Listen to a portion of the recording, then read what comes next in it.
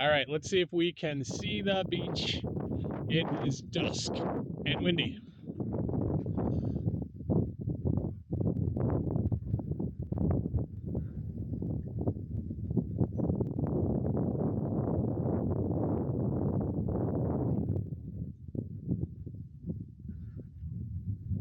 First of all, welcome to the channel and thank you for stopping by. When time permits, please consider subscribing. I would greatly appreciate it. I hope you can hear me. It is an overcast day on day 3, and we are leaving. I've got to imagine one of the better campsites I'll ever camp at. We're up on the ridge, and there is a constant tide coming in. It's just been beautiful to hear, beautiful to watch. I'm sure Moto Photo Adventures is going to have some film or at least pictures of the gorgeous sunset last night. And this incoming tide all night, these waves were just so very soothing. Now, the sky is 100% overcast. Steve just told me that that's all we're going to have all day. The temperature is 62 degrees, so it's going to be cool and overcast. It's probably not going to feel wonderful, but we are going to Cape Breton, the island, today, hopefully getting onto there. And I think it being an island means we have a very good chance of having another nice waterfront campsite. Here's hoping. All right, Chris is setting up a picture. He's got his 360 camera. Steve's gonna film people behind him. My camera on. Your camera is on. Even leaving your campsite is a production. Hopefully I won't stall or drop my bike in front of their smooth exit here.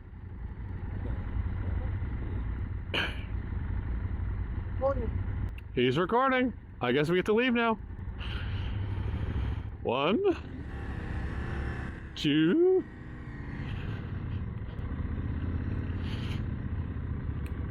It really is amazing the amount of work it takes to get all of this. And there goes Chris back to get his camera.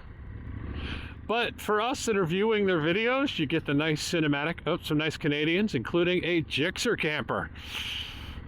I've never seen a Gixxer camper. That's awesome. Well, today the road trip portion is not turning out to be all that awesome. 20 minutes in, we've hit 2 construction sites, lane closures, and it's raining. But we are in Nova Scotia, much like Maine. If you're here, expect some rain unless you're expecting snow. The forecast didn't call for any rain, it called for overcast, but hey, we know what's in those dark clouds, and now it's coming down on our bikes. Chris had promised us an easy day today, so I don't think we're hitting that many miles before we get where we're going, but who knows with construction how long those miles will take. I guess I'll just enjoy it. Oh, it's garbage day. I guess I will just enjoy my trip and hope that the rain stays just light. All right, I'm just going to make one comment here. This is not in any way a slight, Steve, if you watch this video. When you're in a group ride situation, it's been my experience in the last 3 days that the guy with cruise control should be leading. When Chris is leading, he mostly puts on his cruise control. I can match his cruise control. And then unfortunately the plebs have to, throttle their way here and there. But when it's somebody without cruise control leading, it almost makes my cruise control useless because I'm constantly either tabbing up or down, or like I just had to do, just straight up having to turn it off every hill. So, the moral of this story is, cruise control is magical. And if you unfortunately don't have it, know that you're keeping the rest of us from using it. Again, Steve, I do not mean it as a slight, and you even mentioned yourself not having cruise control is silly on your bike, and I agree. So, I have put my cruise control on and off and adjusted it hundreds of times in the past 40 minutes. It's almost not worth using, but damn it, I love it so much. Okay, we were just coming down this road at 60 miles an hour when Steve slammed on his brakes, and then we made a U-turn to find out that Jason went up there to film. Chris came down here to film. So this is going to be my rant on, you should really make sure you're on comms in a group ride if there are YouTubers present, because they have a job to do. They literally do this professionally. So there are beautiful sites like this that they need to stop, get their footage, tell the story of their trip through here that just doesn't come into play for someone like me. Photographers at work. Now, initially I had said I would go ahead and buy their comm system, Cena, but then Chris sent me an email saying that whenever they try to add a fourth, it kicks one of them off. So I chose to not be that guy that's going to interrupt their workflow and their vacation. And that means I'm alone in my helmet with my own thoughts, which does not bother me at all up until the moment where we're doing 55, 60-mile emergency stops, U-turns. My first thought was that somebody went down or had a bike failure, but no, it's professionals wanting to catch this beautiful marina. So, think about it. If you can, have comms the same as the guys you're with. Here we are at what I am calling a moto photo U-turn. All part of the adventure. I'm going to have to ask later on if this is a historic church, because in New Brunswick and in Nova Scotia, there are many beautiful churches, far more beautiful than that one. So this must have some sort of significance historically that Chris is interested in, because it's certainly not the most well-designed or built one. All right, until the next photo U-turn. We just saw a beautiful lighthouse out on a point, so I'm gonna go out on a limb and say that's where we're going. It did look quite nice. It is misting heavily, bordering on actual rain at this point. But we haven't seen a lighthouse yet, which seems disappointing, as we were in Maine and didn't stop at a lighthouse. We're in New Brunswick and didn't stop at a lighthouse, so here is a great opportunity to stop and see a lighthouse.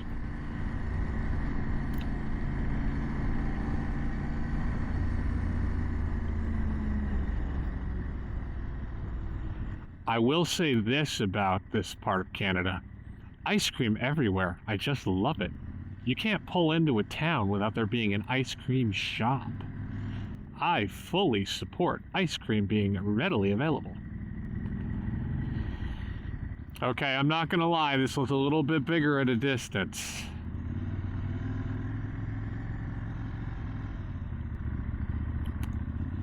I'm gonna be overly critical. Let me preface this with saying, I really love Canada. I have been to Canada literally hundreds of times, being a New Yorker. Quebec, Ontario, beautiful. I have spent an entirely too large an amount of money whitewater kayaking in Ottawa. It's a beautiful, beautiful country. I very much enjoy it. But I have to say, I kind of just feel like I'm in Maine, you know?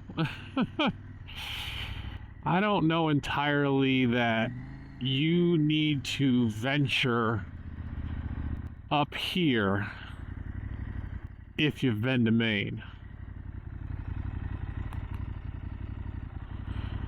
Take that what you will. I might just be a spoiled American. This might be the trip of a lifetime, but it is the 15th of August. It is 62 degrees and raining. And this is day 3, and that's pretty much what we're having. It's a little bit cool, then it rains, and then it rains again. which honestly, it's kind of getting a little old. I'm absolutely enjoying the trip because I'm getting to spend time with Steve, Chris, and Jason, but the camp has been the very best part of the vacation. That's what I get for chatting. My poor motorcycle.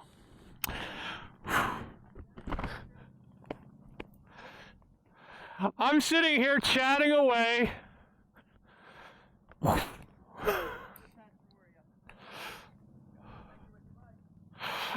What's that? You have to do a picture with your bike. It's a rule. My poor bike. Put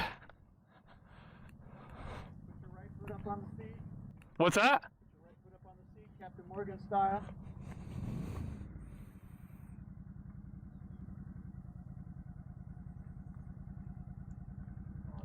Oh,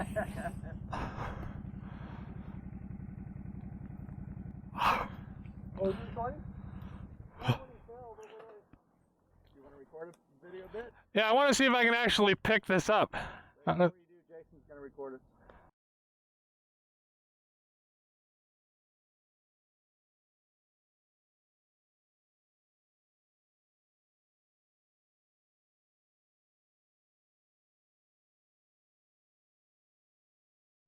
Alright, the lesson I learned was put racks on the damn bike. I had no handhold. I absolutely needed Jason.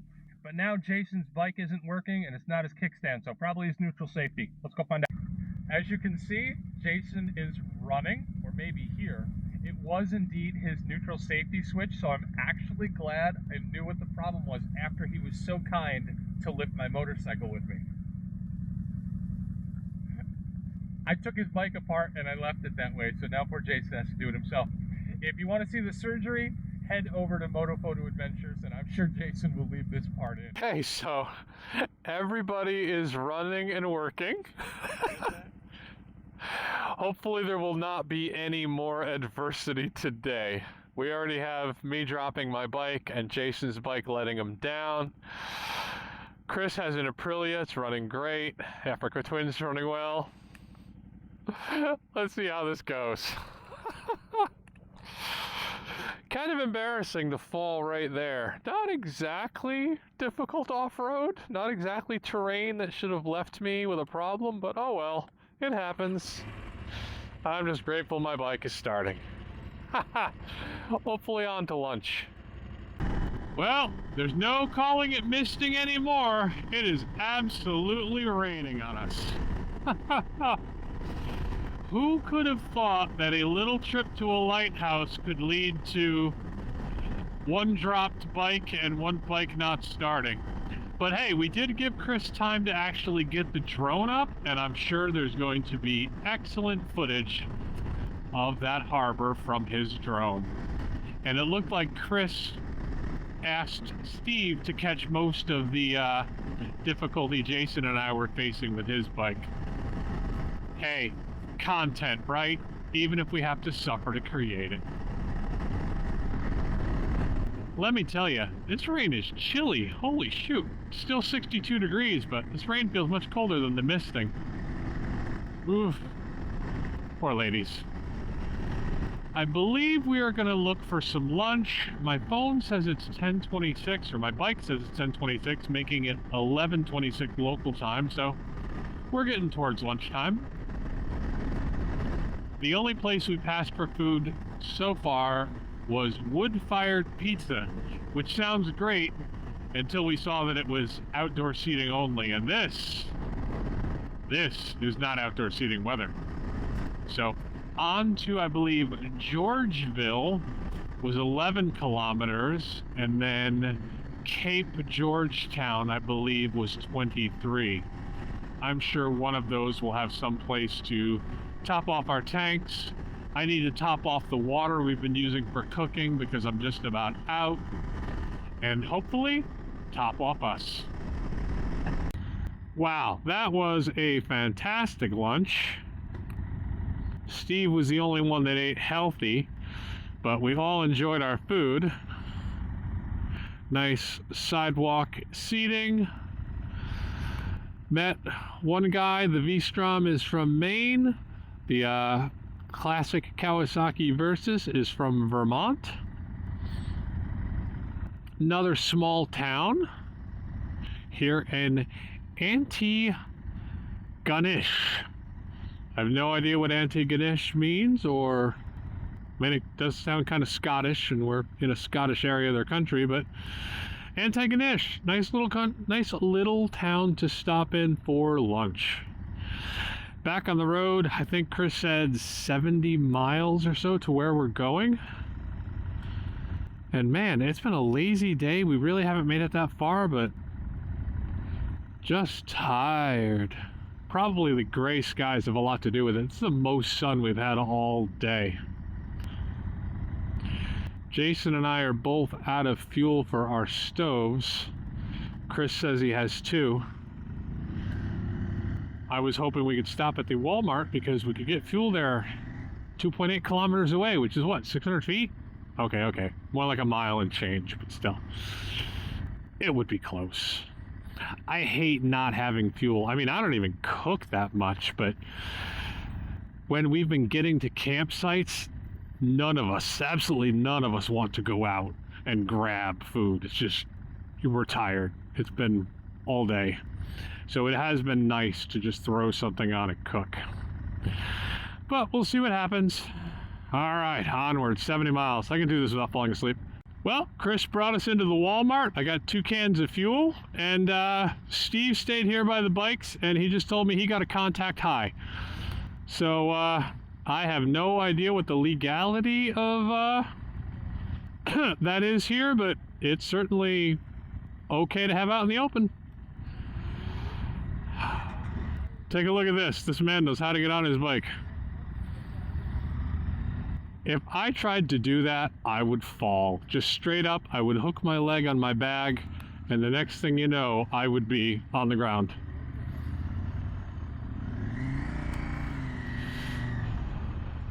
Yes, I know how to ride a motorcycle, just not in a parking lot or out of a parking lot. I'm trapped by construction. Damn, making the VWs look more and more like a Porsche every day. Guess so they can reuse parts. Oh, update on Jason. After spraying some of my WD-40 on his contacts, his bike has started multiple times. So hopefully that will resolve his problem for now. I'm gonna follow the guy with cruise control. I hope I left that clip in. Otherwise, that means nothing.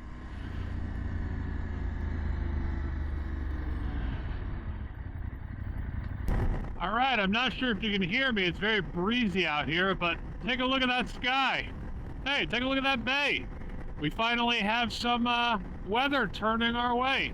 Not that I am not grateful for how little it's rained on us, but take a look at that blue sky up there. Haven't seen that in a couple of days. According to our Sherpa, we have about an hour to reach where we're going. Now, the question is that an hour to Ben Franklin's house here, which he had mentioned, or is that an hour to our campsite? I just don't know. But the good news is, after an hour, we're going to take a break. Because while this is very pretty and the blue is very nice to see in the sky, I've been on this bike for 990.1 miles in 3 days. And while that's not a lot if you're going from point A to point B, it's starting to feel just a little bit tiring. So I am looking forward to the breaks we take getting off the bike. Okay, we just saw the first sign for the Cabot Trail, specifically world famous Cabot Trail. I guess this is someplace you like to come and ride your motorcycle, drive your car, scenic.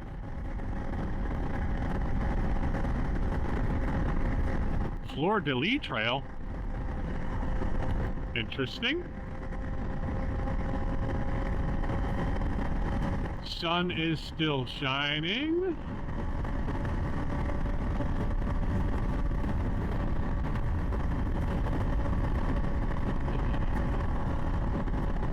According to the GPS, these trees are keeping us from a beautiful view of the water.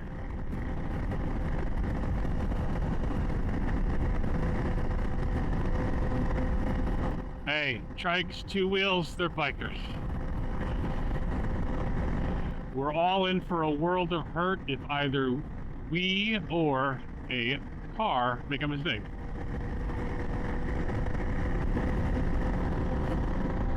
Looks like we might get a better view of the water soon.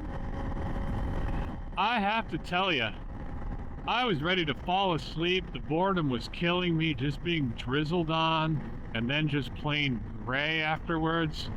Just a little bit of sun. And unfortunately, it is a little bit of sun. We are passing out of it into partly cloudy.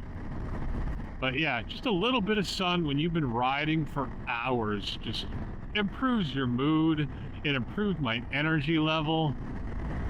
And hopefully we will keep this sun until we get to the campsite, because I really don't want to have my adrenaline levels crash again.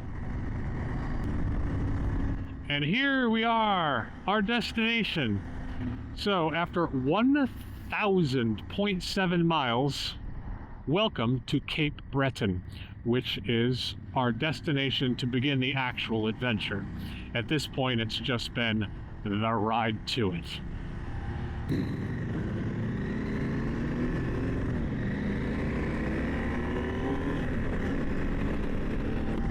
We have just done another photo U-turn. That's what happens. And this one has nothing to do with actual photography or videography. This one has to do with, hey, you always miss turns when you're out for a ride. You know, in foreign countries, 1,500 miles from where you live.